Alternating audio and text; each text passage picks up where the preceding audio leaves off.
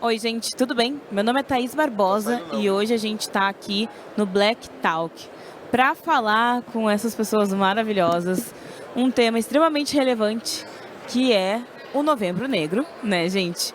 E eu vou trazer aqui também a minha autodescrição e passar para os meus colegas maravilhosos aqui. Eu sou uma mulher preta, estou de verde, tranças e um brinco azul e óculos no rosto. Tá? Eu sou formada em publicidade e propaganda, né? Tenho mais de 13 anos de experiência do mercado, trabalho com growth, né, e ads. Então, é isso que eu tenho para apresentar sobre mim e vou passar aqui para o próximo colega. Né? Vamos lá. Boa tarde a todos, gratidão por estarmos reunidos nessa mesa. Meu nome é Pablo, de formação eu sou biólogo e enfermeiro e trabalho com futurismo. E eu sou um homem negro, usando um ori indígena da tribo Rinicuim e algumas pulseiras, colares, camisa preta e muito sorriso no rosto. Olá, meu nome é Flávia Diniz, eu sou uma mulher negra, da pele retinta, estou com uma camisa branca, uma calça branca, tênis branco, ou seja, toda vestida de branco. No meu ori, na minha cabeça, eu estou usando um turbante nas cores terrosas e azul, né? Os meus braços e anéis, tudo em dourado e búzio, bijuterias em dourado e búzio, todo. Eu sou ativista de direitos humanos, sou produtora cultural, dou consultoria em diversidade e inclusão, sou palestrante, hoje em dia por ofício mesmo. O carro-chefe da minha vida é multiplicar essas realidades brasileiras quando se fala de diversidade e inclusão. E estou aqui, sou uma mãe solo, escritora, carioquíssima. E estou aqui do lado dos meus amigos para a gente conversar um pouco sobre esse Novembro Negro, sobre essa consciência negra. E você, Bruninho, diga lá. Então, eu sou Bruno Tupinambá, mas também Airá Tonilefã, Babalorixá do Ilê Axé, Airá Tonilefã, Axé Odecaturá. Sou uma pessoa de pele negra, no meu ori está um cocá de pena de periquito.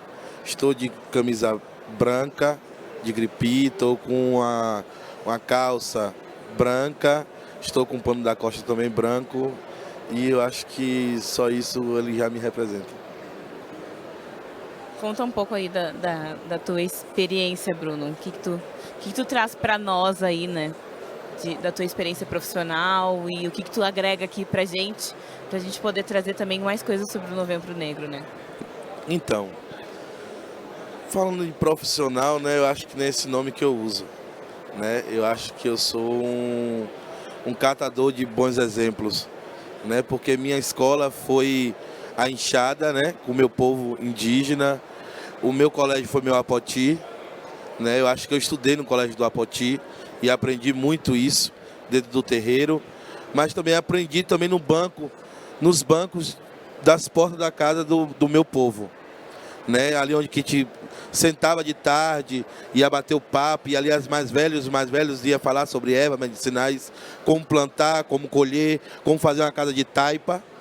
E também eu acho que eu aprendi muito na casa de farinha, onde se faz a farinhada. Meu povo, Tupinambá, trabalha muito com isso, então lá se tem troca de saber.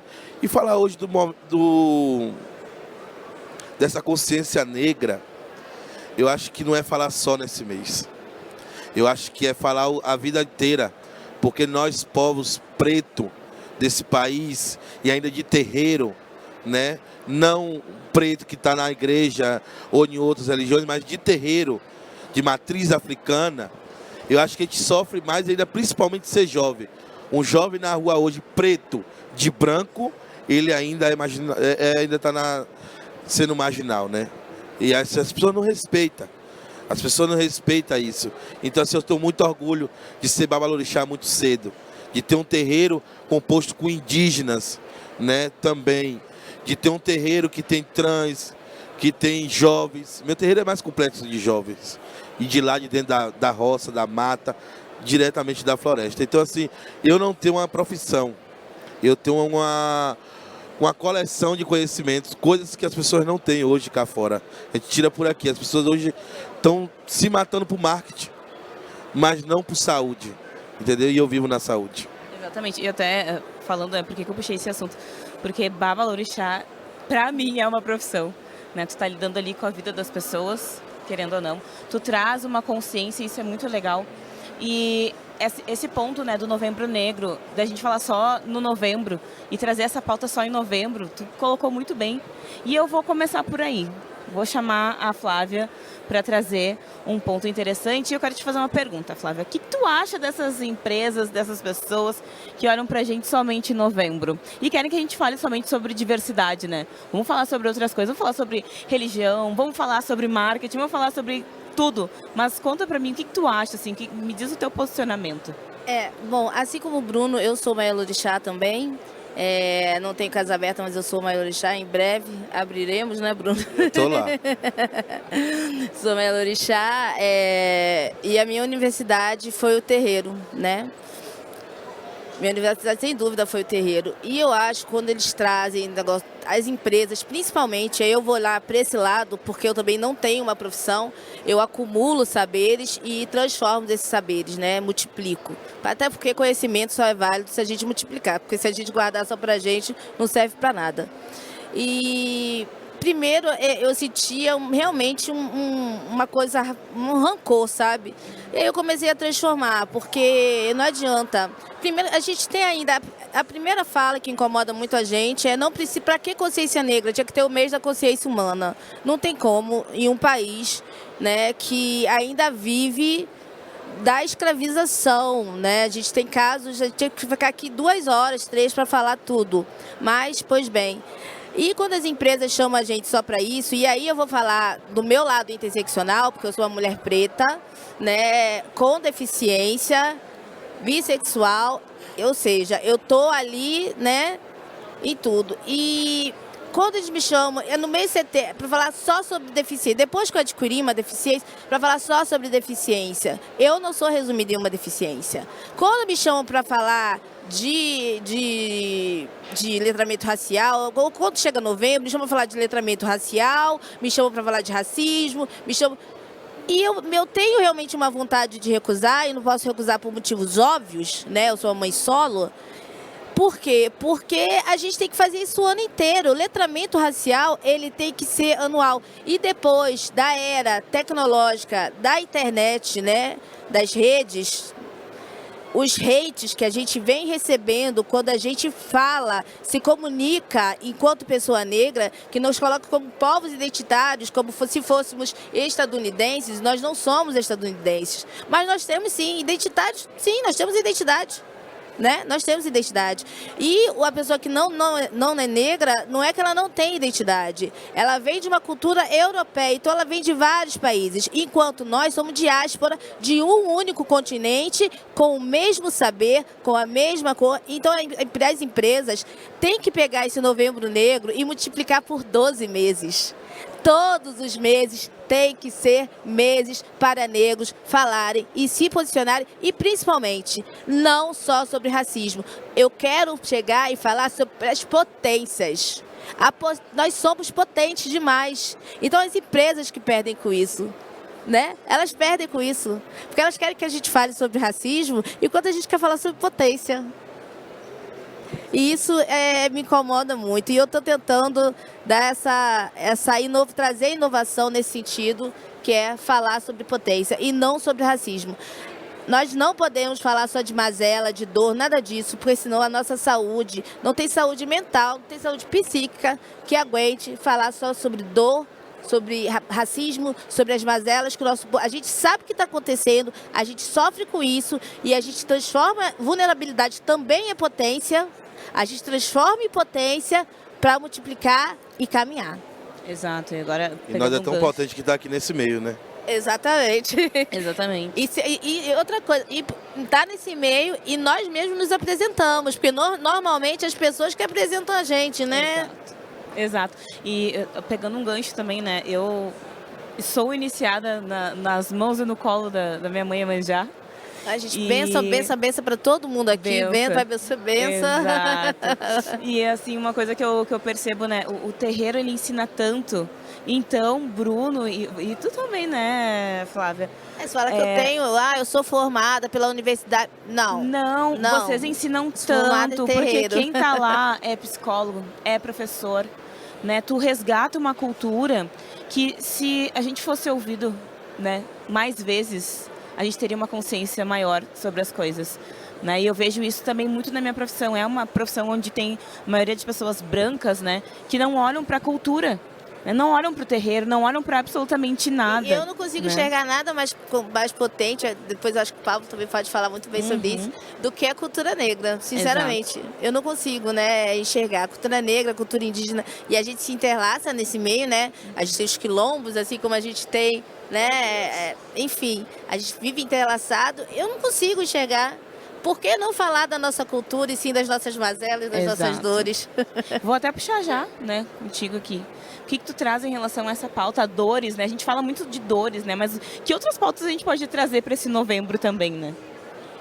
Eu acho que uma pauta importante que é pouco trazida, né? Que a história é escrita pelos que detêm o poder. Então, eles passam uma borracha na história real e escrevem uma história de ficção. E como o ser humano gosta de uma boa historinha, né? Começa Ela nas pega escolas, fácil. né, Pablo? Nas escolas, começa nas escolas começam, né? E se a gente pensa, a gente não tem uma disciplina escolar contando a potência do continente africano. Na verdade, Então, no continente africano, enquanto a gente vê falando em telejornais, em eventos de tecnologia, que os homens mais ricos do mundo, você fala Bill Gates, você fala Elon Musk, esses nomes são muito citados. Pouco se fala de Mansa Musa, o homem mais rico da história humana. Negro. Quando você traz negro. tecnologia, né, Pablo?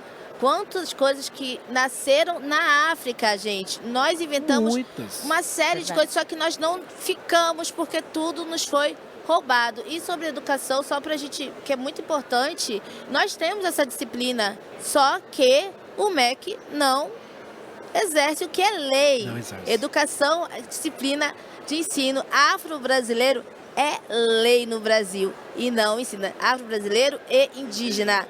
Eles não ensinam para as crianças, ficam com o mesmo blá blá blá da Bebel. É só esse mês agora. Da Bebel. Esse mês todo mundo está ensinando. Esse mês, mês da Bebel também, né? Se não tem risada, não é Black Talk. E toda essa potência, né, da ciência, tecnologia, porque quando a gente pega o continente africano, ele é uma potência em vários aspectos, né? Então, lá teve o surgimento da linguagem, lá tinha astronomia avançada, lá tinha povo egípcio, até a brancura do Cristo. A brancura do Cristo, hoje foi um dos maiores apagamentos.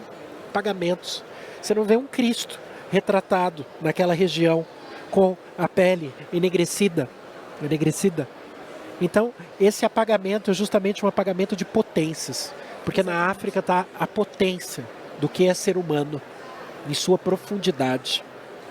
E só contando um caso, essa potência, um amigo nosso levou um filho queria comprar um iPhone de último tipo, e ele falou, você vai na África comigo fazer trabalhos voluntários, e se você for, eu te dou esse celular, depois do que você vai ver lá.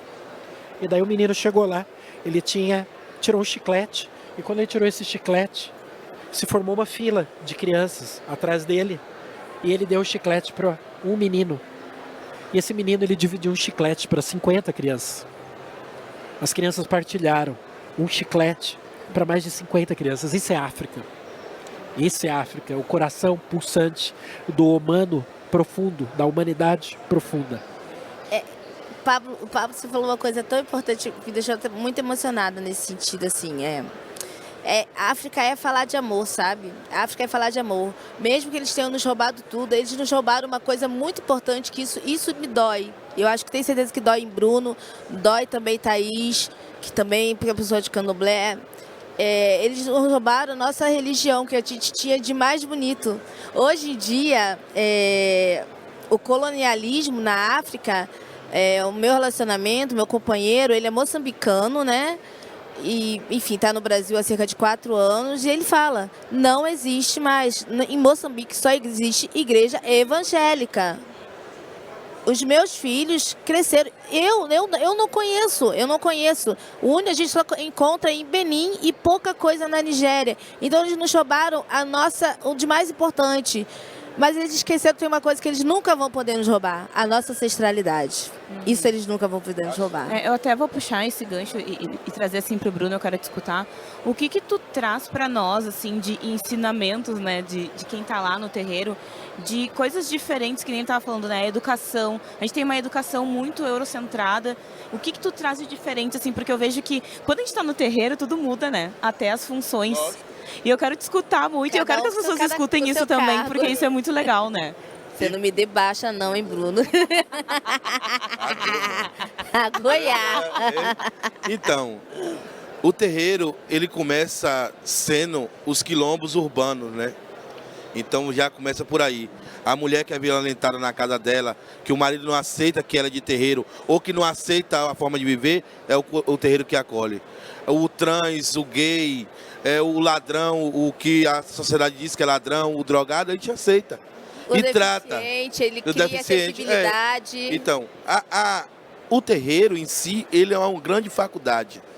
Mas uma faculdade que, na verdade, integra. Sem olhar você, quem é, o que você faz. A gente quer saber da sua espiritualidade. A gente quer saber do que você pode virar, do que você pode ser. A gente não quer saber dos seus vícios e suas vontades de ser. A gente quer saber da sua ancestralidade. E no terreiro se você não sabe respeitar a mãe em casa, você vai aprender no terreiro. Se você não sabe respeitar mais velho, se você não sabe respeitar a criança, se você não sabe respeitar a mulher, que pra gente é um ser grandioso. Quando você fala de Oxum e Iemanjá, isso aqui me arrupeia. Você fala de Nanã, a mulher que deu barro para o ser humano ser criado. Então a gente está falando de mulheres potentes. E no terreiro você sabe, você tem que respeitar a mulher. Então você vai respeitar uma pessoa que não te botou no mundo, mas que te ensinou a viver. Até os cargos mais importantes são nossos, né? Então, quem dá comida ao Iaô, ao Ebome, do Iaô, do Abiã ao Ebome, é mulher. É ela que vai para a cozinha fazer. Não é porque ela é escravizada, mas é ela que tem um dom para isso. Porque a gente não precisa só no candomblé, a gente aprende que a gente só não come o alimento. Mas a gente também se ama no alimento. Porque você está comendo a comida de Xangô, você está comendo a comida de Oxum, você está comendo a comida de Iemanjá, dos próprios donos do seu ori. Então a gente aprende isso no candomblé. A gente aprende a contar, não a conta de dividir, mas sim de somar. Então se meu irmão está ali na obrigação, ele vai deitar para o santo dele, e eu tenho uma vela para dar para ele, eu vou dar essa vela. Mas se eu só tiver um copo de água para alguém levar lá para ele lá dentro, eu vou dar. Isso aprende. É tanto que eu fui feito no Angola, mas né, hoje eu sou de casa de queijo, mas fui feito no Angola. E uma coisa que me chama no Angola, a coisa mais linda do mundo, se chama muzenza. Então, quando você quebra no chão a muzenza, eu chego a me arrupio, porque eu lembro da minha muzenza. Isso é muito bonito. Então, assim, você mostra que você tem que ter humildade. Então, você aprende humildade até na dança. A gente é um povo que dança e canta muito. O candomblé, você vai ver a gente cantar e dançar. A gente vai rezar, a gente vai dormir cantando, acordar cantando, almoçar cantando, jantar cantando, e até pro galo nós cantamos. Verdade. Então, do assim, começo ao fim, né? E a gente canta rezando. Quando a gente vai comer, que a gente fala G1, lá em casa, né? Eu sou uma orixá, sou uma ebome. Minha filha é uma equede, ela tem 20 anos, 10 de santo, né? Então a função da equede também é uma função primordial dentro de uma casa do candomblé. E foi muito engraçado. Ela primeiro, e hoje ela fala, mãe, como foi importante eu ter me iniciado antes de fazer uma faculdade. Hoje eu sou uma bióloga, eu sou uma outra bióloga. É relação com a natureza, né? Eu sou uma outra bióloga. Eu sou uma bióloga que faço agroecologia, enfim, é uma outra coisa. E aí em casa a gente às vezes se pega com meio de um monte de gente, G1. E com pessoas que não são do candomblé, Candomblé. mas a gente não consegue perder isso. E ela foi criada, e eu acho isso muito bonito, e eu vejo às vezes as crianças, não tem mais quem tome bênção. Isso. Não tem mais quem tome a bênção, Bênção. os seus pais, os seus mais velhos. Né? E tomar a bênção, você ser abençoado por um mais velho, é uma coisa muito forte, muito Sabe bonita. que eu acho que uma coisa bem importante de tudo isso que a gente está falando, né, não é algo pontual em novembro, é algo de ser visto todo ano, porque a cultura eurocentrada e a afrocentrada são coisas totalmente diferentes, né? A eurocentrada é em linha, né? É ou horizontal ou vertical, né? O poder, nós somos circular, tudo que a gente faz é em círculo. Né? Então, isso muda muito e eu vejo que faz muito sentido, inclusive, para dentro das empresas. As pessoas aprenderem a não ter essa coisa da hierarquia e querer derrubar o outro, mas sim ajudar. É algo colaborativo. Competitividade, né? Porque nós não somos isso, nós não somos dessa forma. Nós não então, a somos gente tem muito competitivos. mais do que agregar, inclusive em gestão, né? Olha só o quanto a gente aprendeu com a tua fala, né, Bruno? De gestão. O que é a gestão, né? A gestão em forma circular é E outra você coisa. Né? aprender, falar sobre empresa, aí você fala, Bruno, tem como fazer um link de empresa? E tem. Tem. Eu queria que tem. as pessoas, dono de empresas, e eu Visse falo como de... a gente consegue comandar um candomblé, candomblé. um terreiro. Então, assim, como a gente faz o milagre da multiplicação. os cargos, a gente tem os cargos, que esses cargos, eles não é recebido para ser ego, mas sim recebido de alma. Então as pessoas fazem as coisas com amor, não faz como obrigação. Porque eu não levo... Eu falo que é obrigação. Então, é Nós obrigação. somos obrigados. Obrigação não, obrigação. Então, a gente não faz por obrigação, porque hoje você vai nas empresas, o que você vê é que as pessoas querem bater a meta. Mas uma meta tão louca que as pessoas estão Adoecendo. estão adoecendo E de forma... aí vai lá pro terreiro do candomblé para tentar se curar. Mas o que adianta querer se curar e voltar para a mesma empresa? Sabe, é uma coisa assim. A gente joga, a gente fala, a gente passa bom, a gente faz tudo, né? Mas não adianta, se o Ori não... Eu quero contar uma história aqui rapidinho, né? Porque senão se deixar eu falo demais. Mas assim, eu tenho uma filha de santo que ela é desembargadora. E uma vez teve um toque, eu não tinha terreiro ainda. Eu dava só o caruru do meu ibeje. E ela chegou com a empregada. E eu tinha saído para a feira para comprar as coisas. Quando eu cheguei na minha casa, eu tô vendo a empregada faz isso, faz aquilo, e ela sentada. E aí eu falei assim, não, isso não é da minha religião isso. Eu falei, peguei na mão dela e falei assim, vem Aí cá. vem a hora do bailelé, que a gente tem, né? O isso. bailelé, quem sabe do bailelé o que é bailelé? Bailelé, Diga pra nós. bailelé é quando a gente, né, pega, né, o Ori fica Fica todo- totalmente Isso. colorir E dá um baile naquela... eu falo que o Cadê Ori... seu compreendimento? É. Cadê o seu compreendimento? Então, a gente sabe punir na hora certa. Sabe. E eu chamei ela e falei assim, olha, Mas sem sua envergonhar. filha, a sua empregada, ela é empregada na sua casa. Aqui quem tem que meter a mão na obrigação, quem tem que fazer as coisas da casa é você. Não é porque você tem um cargo, porque no terreiro, outra coisa importante, eu quero que todo mundo saiba disso, no terreiro não tem seu estudo, né? Lá não voga sua faculdade, o seu grau de nível. Lá voga o que o orixá escolheu para você.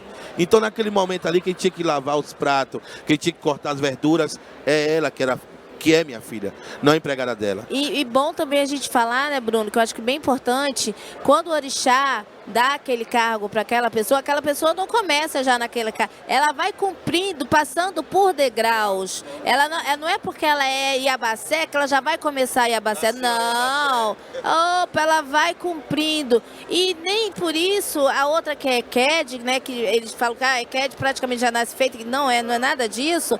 A Eked é mais importante do que a Iabacé, do que o Ogã. Não. E aí a única coisa que a gente brinca aí, como o Yalorixá e Babalorixá, a gente pode brincar eu faço você não faz.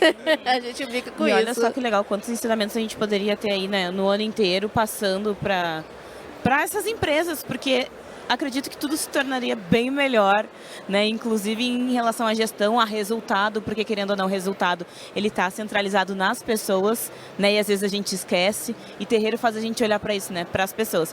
Mas, gente, a gente está chegando no final e eu quero escutar a palavrinha de cada um, assim, um momento final. Vou começar contigo. Quero que tu diga, assim, algumas palavrinhas para a gente finalizar esse Black Talk. Eu queria falar sobre a importância dos espaços, né? Então, os espaços é onde o sagrado se manifesta. E só o sagrado se manifestando, coisas novas, elas podem surgir, né? Todo surgimento do melhor que a humanidade já produziu, ele nasce em cima de espaços sagrados, né? E as nossas pesquisas lá em Amparo com o CIDERA, elas tratam justamente disso. É um ponto para reunir os diversos saberes ancestrais e saberes do futuro. Um espaço sagrado, um espaço de encontro, de troca, de cura, que está aberto a todos que assim desejarem, né? Então, é um espaço de 165 mil metros de reverência à natureza, de reverência aos nossos ancestrais, e um espaço que relembra que estamos aqui para servir com os nossos dons, os nossos talentos, e por onde passarmos, fazermos a vida florescer nos espaços que nos são confiados, né? Então a empresa é um espaço que é confiado, a casa é um espaço que é confiado, o nosso corpo, a nossa mente, os terreiros, são todos espaços confiados para a manifestação do sagrado nessa terra. Flávia, quer falar, Bruno, primeiro? Flávia pediu para eu falar, né? Vamos primeiro, que eu tô pensando o que eu vou falar. Pode, então vai lá, Bruno. Eu gosto muito de focar, né, que meu terreiro, ele é um terreiro dentro de uma aldeia indígena, né? Eu também sou indígena, moro numa aldeia Tupinambá de Olivença, lá no sul da Bahia, feito de barro, né? Um terreiro bem simples mesmo, porque eu acho que o orixá é isso, é pé no chão. E falar hoje desse movimento preto, negro, de terreiro, nesse espaço aqui, a gente vê que a gente está bem mais na frente de que esse povo. Porque a gente não vive nessa correria, né? A gente vem no Ijexá de Oxum, na batida do cajado de Oxalá. Então, assim, a gente vem nessa caminhada, porque quando a gente dançar o Ilu, a gente não vai cansar. Quando a gente dançar o Egeré de Oxóssi, a gente não vai cansar, porque teve uma preparação antes. E eu quero que as pessoas que pensam em empresa, que pensam no grande negócio, que elas primeiro tenham essa concentração que o povo de Candomblé tem. Vá, conheça, né, a sua vida. Eu quero que as pessoas se conheçam, eu só quero que as pessoas se conheçam. Eu quero que façam igual o Candomblé. Viva a vida de Abian primeiro, né, que é o início de tudo. Candomblé não se faz sem Abian. Mas o Abian chega ali como uma pessoa, um cliente, depois vai ali conhecendo a hierarquia, conhecendo a hierarquia não, né? Conhecendo o respeito que tem que ter um pelo outro. E aí vai conhecendo o que é orixá, o que é inquice, o que é vodum, vai conhecendo o que você pode, o que não pode fazer, entendeu? Mas depois ela vai virar o quê, né? O bebê do Candomblé, que é o Iaô, que passa por dentro dessa camarinha, e depois assim um ebome, um equed, uma coisa, mas você tem que passar por esse momento de conhecimento. E as pessoas tinham que pegar o Candomblé como exemplo, não julgar, né? A gente é tão julgado e vive. A gente é tão massacrado, mas vive. Por quê? A gente conheceu a verdadeira paz de Oxalá. Hoje, por que o povo de Candomblé veste branco? Porque a gente é um povo da paz. Mas também fazemos guerra de uma forma igual a pomba, né? A pomba bate asa, mas ela vai longe, mas ela é branca, ela é uma coisa da paz, mas ela sabe caçar também o que comer, né? Como qualquer animal. E a gente também é assim. Então assim, a gente sabe respeitar Flávia, a gente sabe respeitar a criança, a gente sabe respeitar a filha dela que tem quantos anos? 20. 20 anos, mas para mim é um equed. Eu, quando fechar os olhos, quando o orixá ele estiver no meu corpo, quem vai cuidar é ela, com todo o amor. Ela é uma mãe, bem nova, mas ela é uma mãe e eu tenho que respeitá-lo. Então assim, para hoje, para esse campo aqui, eu só tenho que agradecer mesmo aos meus ancestrais indígenas. Eu sou feliz, como ninguém imagina, de ser de um povo indígena e de um povo preto. Eu só não quero ter o sangue que me escravizou e que me roubou minha terra. Mas de sangue preto e indígena eu sou feliz. Eu tenho essas duas ciências. Eu sou a junção do quilombo. Quando os pretos chegaram aqui, né? Que os índios acolheram esse povo. Então eu falo que meu corpo é a junção do quilombo. Minha casa é um quilombo. Eu sou um quilombo. E onde eu passo, vou ser sempre um quilombo aldeado. Vamos lá, Bruno. Bom, vocês sabem, né? Eu sou uma mulher criada no morro, nascida e criada no Morro de São José, em Madureira, que é o berço do subúrbio carioca, o berço do Rio de Janeiro. Eu sempre falo que Leblon, quem é Leblon perto de Madureira, né? Quem é Leblon perto de Madureira? E vi muita coisa acontecer, inclusive como a violência se transformou, né? E sempre os nossos corpos pretos como alvos, e cada vez mais alvos. Eu tive uma menina, mas eu tenho um irmão, tenho sobrinhos negros, enfim. E é uma coisa muito absurda quando a gente vê-los saindo e não sabe se vai voltar, né? Hoje em dia, uma mulher que tem uma mãe negra que tem um menino negro quando ele nasce, ela já sai da maternidade tensa, tá? Às vezes até porque não tomou anestesia, vamos falar a verdade. Então, a gente olhando para essa coisa da inovação, o que eu todo dia boto meu joelho no chão, porque no alto dos meus 25 anos de santo, todo dia eu boto meu joelho no chão, de manhã, meio-dia e de noite, pedindo que, ao invés de darem voz para as nossas mazelas, para as nossas dores, que eles deem voz para as nossas potências, porque nós somos potentes. Então, na medida que nos deixarem entrar, a gente transforma. E é que a gente quer transformar, talvez, eu vou falar uma coisa que é clichê, mas para a gente não é clichê. O futuro, ele é ancestral. Para mim, na verdade, o presente já é ancestral. E o futuro, mais ainda, o futuro é ancestral, né? Quando o Pablo fala do futurismo, né? Aí eu trago para o afrofuturismo mesmo. O futuro, ele é ancestral. E sendo o futuro ancestral, o que a gente quer é que na próxima vez que nós nos encontremos, a gente possa não estar em novembro, não falar de racismo, falar de negritude, falando de amor. Amor. Porque a gente, Bruno falou que a gente veste branco, eu sou da paz, tudo. E principalmente, uma coisa que eu nunca vou esquecer, que minha avó de santo fala, que é a Dona Obá. A gente veste branco na sexta-feira, no dia de Oxalá, porque nada nunca vai sujar a nossa dignidade. A nossa honra nunca vai ser manchada, nunca nada vai respingar na gente. Porque nós temos ancestralidade, então por mais que cismem em nos matar, nós nos manteremos vivos, resistentes e inovando e criando, porque a gente tem capacidade, tem amor, tem potência, tem inteligência, tem absolutamente tudo para isso. É isso. Eu encerro com a frase do Rincon Sapiência: os pretos é chave, abre os portões. É isso. Tudo que nós tem é Somos nós. potência, exatamente. Então tá, gente, terminamos por aqui. Muito obrigada, né? Muito obrigada por vocês compartilharem todas as experiências, né? Eu acho que agregou muito. Quem escutar, eu espero que realmente saia com um aprendizado, porque de verdade eu me emocionei aqui, né? E é isso, gente. Obrigada, viu? Gratidão, Axé, gratidão. Axé grandão para todo mundo que vai Muito ver axé. esse talk, para todo mundo que está aqui ouvindo. Axé para quem é de axé, amém para quem é de amém. Que a gente consiga acabar com essa intolerância religiosa, que muitas vezes é racismo religioso, e sigamos. Racismo religioso. Racismo religioso. Eu não consigo nem falar intolerância religiosa. E sigamos na força de nosso axé, porque axé significa isso: força. Força, força, coragem, força, fé. E é isso que a gente precisa para inovar e para criar. Axé para todo mundo, bem grande.